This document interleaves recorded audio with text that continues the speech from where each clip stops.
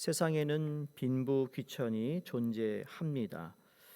직업에는 빈부귀천이 없다고 말하지만 사실 현장에 들어가서 뛰어본 사람들은 그렇지 않다는 것을 잘 알고 있습니다. 세상 직업에는 귀함과 천함이 존재하고 눈에 보이지 않는 차별이 존재하고 있습니다. 그럼 옛날은 어떠했을까? 우리나라 조선시대 혹은 그 이전이나 다른 나라도 옛날에는 명확한 빈부귀천이 존재했지요. 근데 솔로몬 시절은 달랐던 것을 우리가 성경을 보면서 느껴요. 솔로몬 시절은 기원전 1000년경인데 성전 안에서 다스리는 모든 일과 하나님의 일을 맡은 일에는 빈부와 귀천이 존재하지 않았다라는 겁니다. 모두가 다 하나님 앞에서 평등하게 일을 할 수 있는 직분이 주어졌다. 소위 세상에서는 높은 직위다, 낮은 직위다, 하천한 일이다 얘기를 하지만 하나님 앞에서는 그런 것이 없다라는 겁니다. 그 사람이 못나서 저 밑에 바닥일을 시키고 그런 것이 아니라는 거죠. 물론 하나님의 말씀에 순종하고 살아가는 사람들에 따라서 또 그 믿음에 따라서 주시는 분량은 있습니다만, 그러나 우리는 모든 하나님의 만드신 이 창조의 어떤 피조물로서 이 땅을 잘 다스리고 섬겨야 하는 일이 동일하게 있다라는 면에서는 분비귀천이 없다라는 거죠. 오늘 본문에서는 성전 문지기의 직분을 맡은 사람들에 대해 설명합니다. 자, 문지기 그러니까 정말 하잘것없는 별 볼 일 없는 사람 같잖아요. 근데 그거 아시죠? 백악관이나 청와대나 아주 그 VIP가 오는 그런 호텔이나 빌딩에 가면 문지기들이 다 있습니다. 경호원들이요. 요새는 경호원들이 멋있습니다. 귀에다가 꽂고 쫙 빼입고 선글라스 끼고 아무나 들어올 수 없습니다. 만약에 교회 문을 들어올 때 문지기가 당신 들어오세요, 오지 마세요, 그런 사람이 있으면 그 사람한테 밖에 나가서 아부를 많이 할 겁니다. 날 좀 잘 봐달라고. 그러면서 문지기라는 것이 별 볼 일 없는 것 같지만 아니요, 대단한 힘을 또 가지고 있습니다. 오늘 성전 문지기 일을 맡은 자들의 직임, 그들을 하나님께서 어떻게 대하셨는지를 말씀을 하고 계시는데, 이 성전 문지기가 얼마나 대단하고 중요한 역할을 감당했는지를 보여줍니다. 자, 성전 문지기를 맡은 사람 중에는 특별한 사람이 있었어요. 오늘 읽은 본문에도 나오지만 이 오벳 에돔의 아들들이라고 4절에 소개합니다. 그 아들들을 8명의 아들들을 열거하고 있습니다. 5절에 보시면 이는 하나님이 오벳 에돔에게 복을 주셨다. 자, 문지기를 하는 일도 복받은 일이라고 말씀합니다. 오벳 에돔이 그냥 평범한 사람 같지만 그러나 보이지 않는 뭔가 대단한 영적 기품이 있는 사람이 아닐까? 이 미스테리의 사나이예요. 왜 그런가 하면 오벳 에돔의 8 아들의 이름을 하나하나 불러가시면서 하나님이 그 아들들에게 문지기의 직분을 맡겨 주셨다라는 겁니다. 오벳 에돔이 성경에 처음 나온 것이 역대상 13장입니다. 우리가 아는 대로 그의 집에 하나님의 언약궤를 3달 동안 모셔서 성경이 뭐라 하냐면 하나님께서 오벳 에돔에 복을 주셨다고 말합니다. 그래서 오벳 에돔이 블레셋 가드 지방 사람인데 다윗이 다윗성으로 하나님의 언약궤를 모셔가는 중에 하나님의 궤를 제사장들이 메고 가지 않고 수레에 싣고 가다가 하나님의 율법대로 하지 않는 다윗에게 진노하셔서 수레를 몰고 가던 소들이 뛰도록 하십니다. 그때 언약궤를 붙잡았던 우사가 그 자리에서 죽습니다. 하나님의 진노하심이 두려웠던 다윗은 언약궤를 모셔가지 못하고 가드 사람 오벳 에돔 집에 그 언약궤를 모셔둡니다. 그 세월이 3개월이 지났는데 3달 동안 하나님은 오벳 에돔의 집에 큰 복을 주셨다라고 성경이 말하잖아요. 그러니까 다윗은 3달 동안 후에 하나님의 궤를 다윗성에 모시게 되는데 아마 그 일이 다윗에게는 큰 충격이었던 것 같아요. 도대체 이 사람은 어떤 특별한 능력과 은총이 있어서 하나님이 그의 집에 큰 복을 주셨는가? 다윗은 솔로몬 성전을 기획하면서 오벨에돔과 같은 사람을 데려다가 하나님 성전의 문지기로 삼았다라는 겁니다. 여러분 이 부분이 대수롭지 않게 생각할 수 있지만 그 제가 오벨에돔이 미스테리의 사나이라는 겁니다. 도대체 하나님이 그 언약궤가 3개월 있는 동안 그의 집을 복을 주셨다. 그리고 지금은 문지기의 역할을 할 수 있는 가문으로 오벨에돔의 8 아들을 다 불러다가 솔로몬 성전에서 직무를 허락해 주셨다.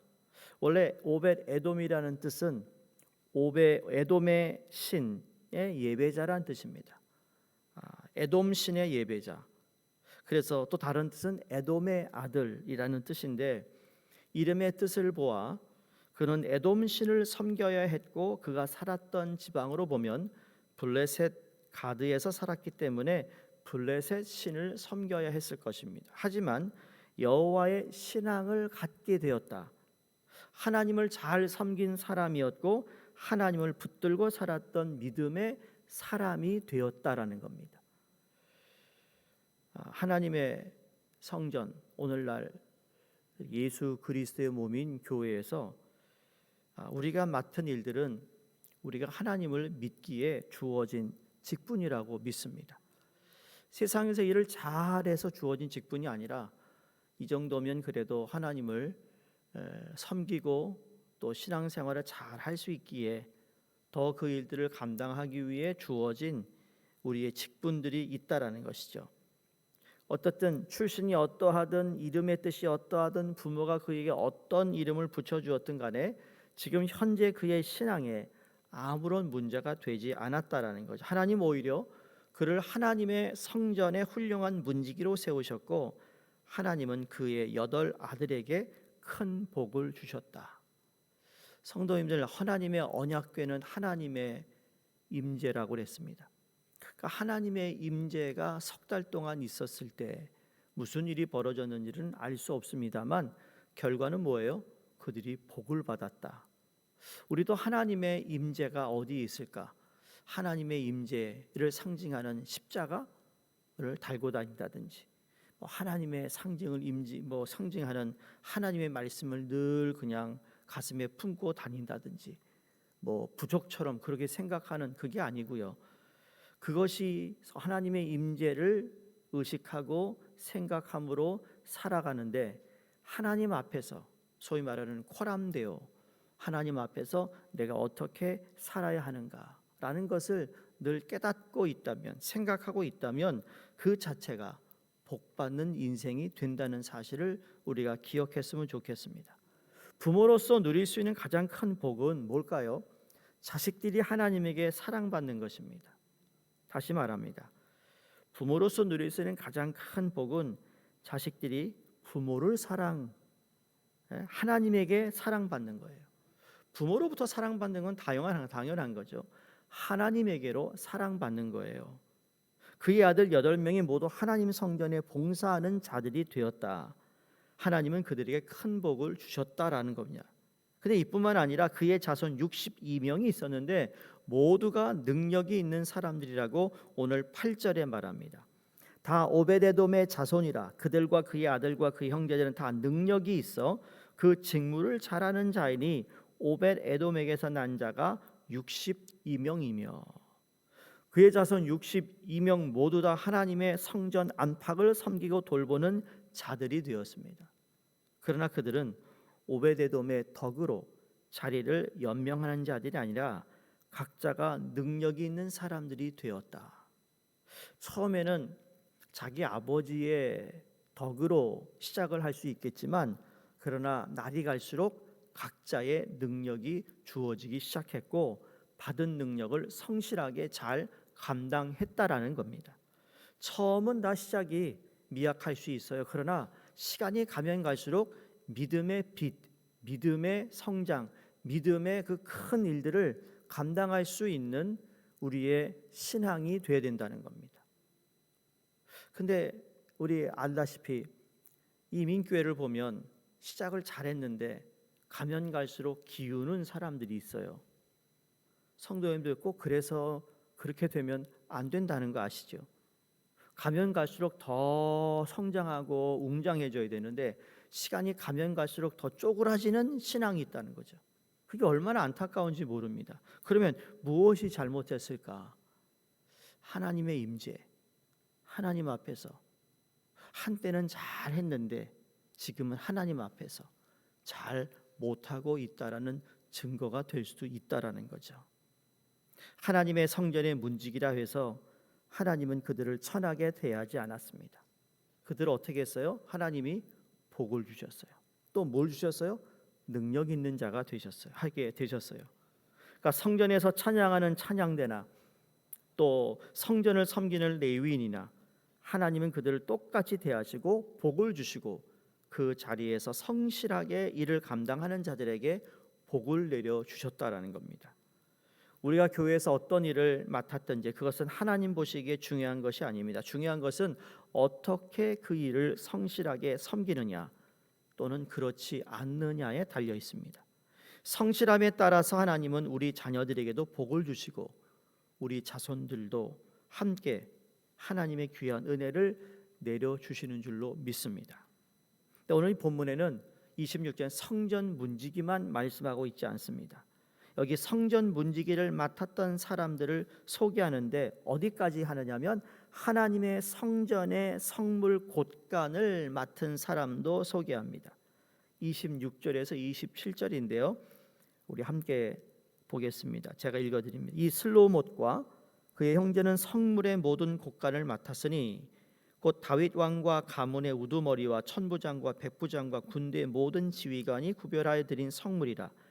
그들이 싸울 때에 노력하여 얻은 물건 중에서 구별하여 드려 여호와의 성전을 계수한 일과 선견자 사무엘과 기스의 아들 사울과 넬의 아들 아브넬과 수르의 아들 요압이 무엇이든지 구별하여 드린 성물은 다 슬로못과 그의 형제의 지위를 받았더라. 성전의 여러 직무 중에 여러 사람들이 가지고 나와서 드리는 성물을 곳간에 드리고 출납하는 일을 맡았던 사람 중에 슬로못이라는 사람이 있습니다. 당시 다윗이 가져온 전리품을 성전의 곳간에 드리고 보관하고 출납하는 일을 맡았던 사람인데 그 외에도 뛰어난 장군들이 하나님께 가져온 성물을 맡아서 보관하는 일을 했던 것 같아요. 여기서 눈여겨볼 것은 28절 하반절에 나오는 다 슬로못과 그의 형제의 지위를 받았더라. 왕이라고 해서 자신이 드린 성물에 대해 이러쿵 저러쿵 말할 수 없었다라는 거죠. 문지기였던 슬로못의 지위를 다 받았다. 성전에 가지고 와서 드리면 그것으로 끝이었어요. 하나님께 드린 성물을 받아서 하나님의 뜻대로 사용하고 분배하는 일은 문지기 슬로못의 소관이었다. 왕이라 해도 장군이라 해도 성전에서 드린 헌물에 대해서 함부로 말할 수 없었다라는 것을 의미합니다. 이것이 그 당시 성전 문지기의 위상이었다라는 거죠. 제가 서론에 말씀드린 대로 우리의 이 세상은 우리가 하고 있는 일에 대해서 천한 일, 좋은 일, 높은 일 이렇게 따지지만 하나님 앞에서 성실하게 맡은 직무를 잘 하는 사람에게는 빈부귀천으로 하나님이 나누시는 것이 아니라 그들에게 직무를 부과하시고 그 자리에서 하나님의 일을 성실하게 감당할 수 있도록 구별된 역할을 주신 하나님 앞에 최선을 다하여 사는 것이 하나님께 보답하는 삶뿐만 아니라 하나님이 보장해 주시는 복을 누리는 삶이라는 것을 잊지 않으시기를 바랍니다. 오늘 저와 여러분이 주신 직분이 어떤 것이든지 우리가 성전에서 하는 모든 일은 귀한 일입니다.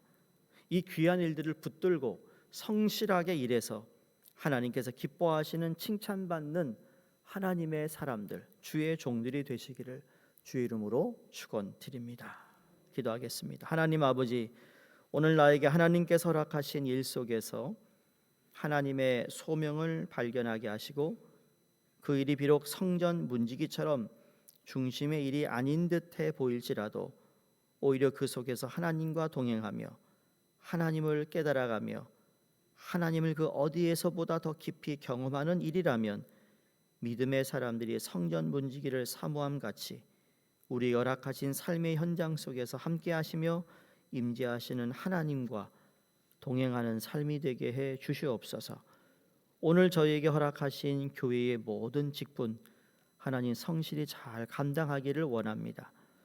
우리에게 허락하신 이 일들이 하찮은 것이 아니라 하나님께 귀한 일이라는 사실을 다시 한번 기억하며 또 우리가 주님께 드려진 성실한 모든 시간과 우리의 삶이 결국 우리 때에 끝나는 것이 아니라 우리 자녀 세대에게도 이어질 수 있는 복이 되게 하여 주시옵소서. 감사드리며 예수 그리스도 이름으로 기도드리옵나이다. 아멘. 우리 함께 기도하겠습니다. 아시아권에 우리와 함께 기도하며 사역에 돕는 일본 마크 레이첼 선교사님과 일본 히로시마학교 이상훈 장미숙 선교사님이 기도해 주시고 오늘 저녁에 있을 수요 예배와 또 새해 첫 목자 부목자 모임 위에서 함께 기도해 주시기 바랍니다.